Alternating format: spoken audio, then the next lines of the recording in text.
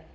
But I also don't know if my slides are going to advance automatically, but I thought of this catchy title, How to Win Friends and Evaluate People, so hopefully it lives up to it. I do want to acknowledge the land that we're on, and I also want to acknowledge the many Indigenous people who I've had the privilege of working with and learning from over the years. So much of what I believe about the importance of relationships comes from information that they've shared. So I consider myself an accidental evaluator once I learned that term. I've done a lot of work in community with nonprofit organizations, also in the public sector a bit. And I've always been interested in systems level work. And I found myself volunteering for these nerdy projects, and so then I started taking on evaluation more broadly. And in 2021, I did the evaluator's version of putting a ring on it, and started an interdisciplinary PhD in evaluation at Western Michigan University, and my interest is in use. So raise your hand if you've ever walked into an evaluation project and you've had passionate program staff, overworked data analysts, and an unengaged leader who really don't want you to be there. And so we put people in this situation, especially accidental and emerging evaluators, without really giving them the tools to know how to navigate these situations. And I've really been thinking a lot about that and how we can pass on the tools that we learn through experience so that people can have the opportunity to be successful earlier in their careers.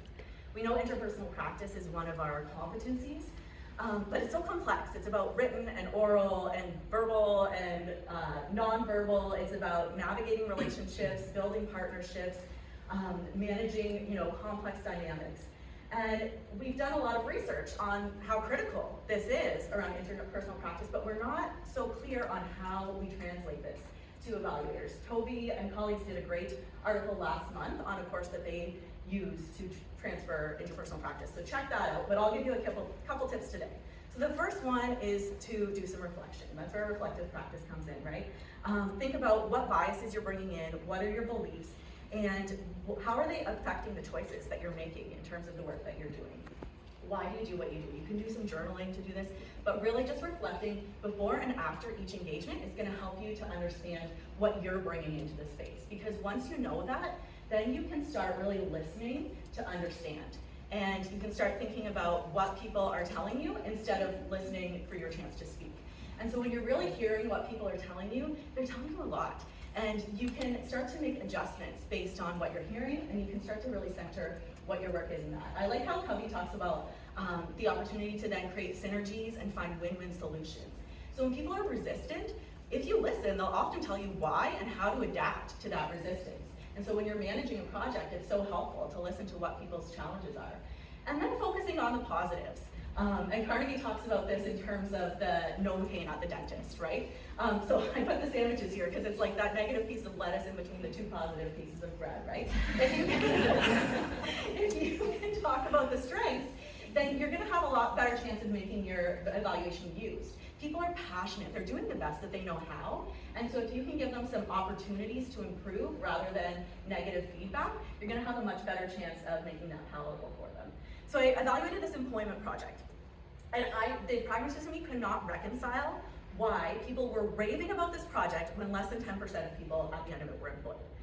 When I stepped back and listened to what they were saying, what I realized was that the people in the program were so far from the employment market that this program was giving them the confidence to believe that they could make a valuable contribution to society, to believe that they were valuable.